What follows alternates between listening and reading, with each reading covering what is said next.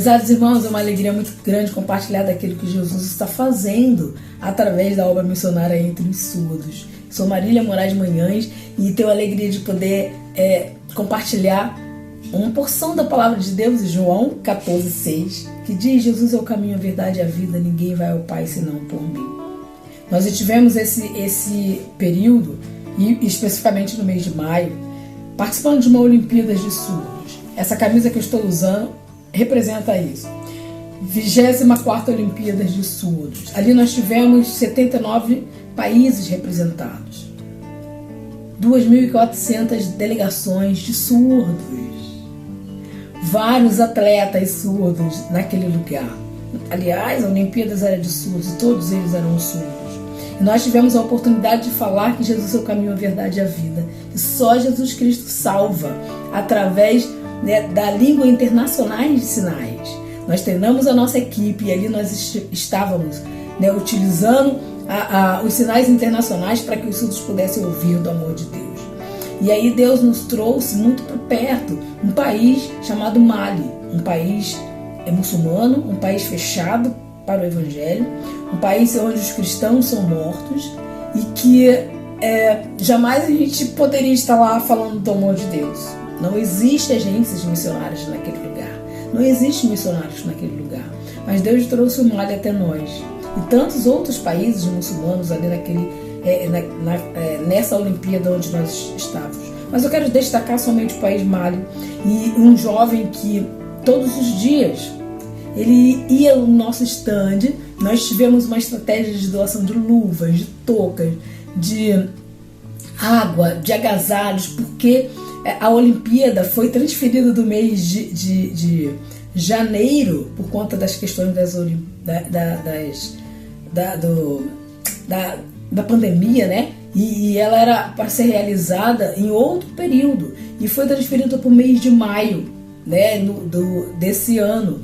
E o que aconteceu ali foi que os atletas não estavam preparados para o frio do Rio Grande do Sul, em Caxias do Sul. E aí nós tivemos essa estratégia de fornecer agasalhos e aquecê-los naquela Olimpíada. E aí esses jovens, né, desse país vinham muitos no nosso stand, né, para receber, né, a luva, a bônia e o agasalho, etc. E um dos jovens, ele chegou para mim e falou que queria conversar comigo. E se ele podia entrar dentro da nossa sala, o stand, que também foi uma bênção de Deus, nós conseguimos gratuitamente, bem no local estratégico, onde as delegações de esporte dos surdos estavam representadas, eles estavam ali sempre para lanchar, para descansar, e ali a gente podia também ofertar o Evangelho no coração daqueles moços. Então ali esse jovem entrou na sala e conversou comigo e falou que ele tem visto, né, vários jovens que eram da nossa equipe falando de Jesus. Ele queria saber quem era Jesus e queria aceitar Jesus no seu coração, mas ele não poderia fazer isso publicamente, porque quando ele voltar para o país dele, e se isso for propagado lá, ele poderia ser morto. Eu falei para ele: então, meu filho, senta aqui que eu vou falar de Jesus para ele, para você. E eu comecei a conversar do amor de Deus para ele, e ele me perguntou quem era Jesus, porque lá no país dele só podem adorar Allah, só pode adorar o Muhammad, só pode adorar aqueles que eles devem deveres para essas pessoas. Eu falei para ele: meu filho, independente do governo que ele está, só existe um Deus Todo-Poderoso que enviou Jesus, seu Filho amado. E aí eu tive a oportunidade de criar, né, não sei se vocês conseguem ver, né, nós criar uma estratégia, né, comunicativa do Evangelho para ele, para que ele pudesse entender desde o nascimento de Jesus até a sua morte e ressurreição. Colocamos os versículos em francês, né, colocamos, né, as imagens ilustradas, como vocês podem ver aqui, né, todo o material. E aí nós começamos a falar do amor de Deus para ele. Eu levei versículos por versículos, bem, né, um versículo sobre o nascimento de Jesus, um versículo sobre o crescimento de Jesus, um versículo sobre milagres de Jesus, um versículo, né, sobre morte e ressurreição de Jesus, mas ele queria ler os capítulos. E nós ficamos várias horas estudando a palavra de Deus com aquele moço.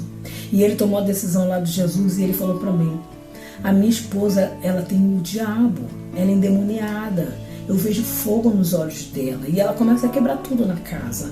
E naquele momento eu falei: o sangue de Jesus tem poder. Comecei a orar com ele. Comecei a falar, acalmar o coração dele. E falar para ele que naquele momento o Espírito Santo de Deus estava visitando a casa dele. Visitando o lar dele lá no Mali.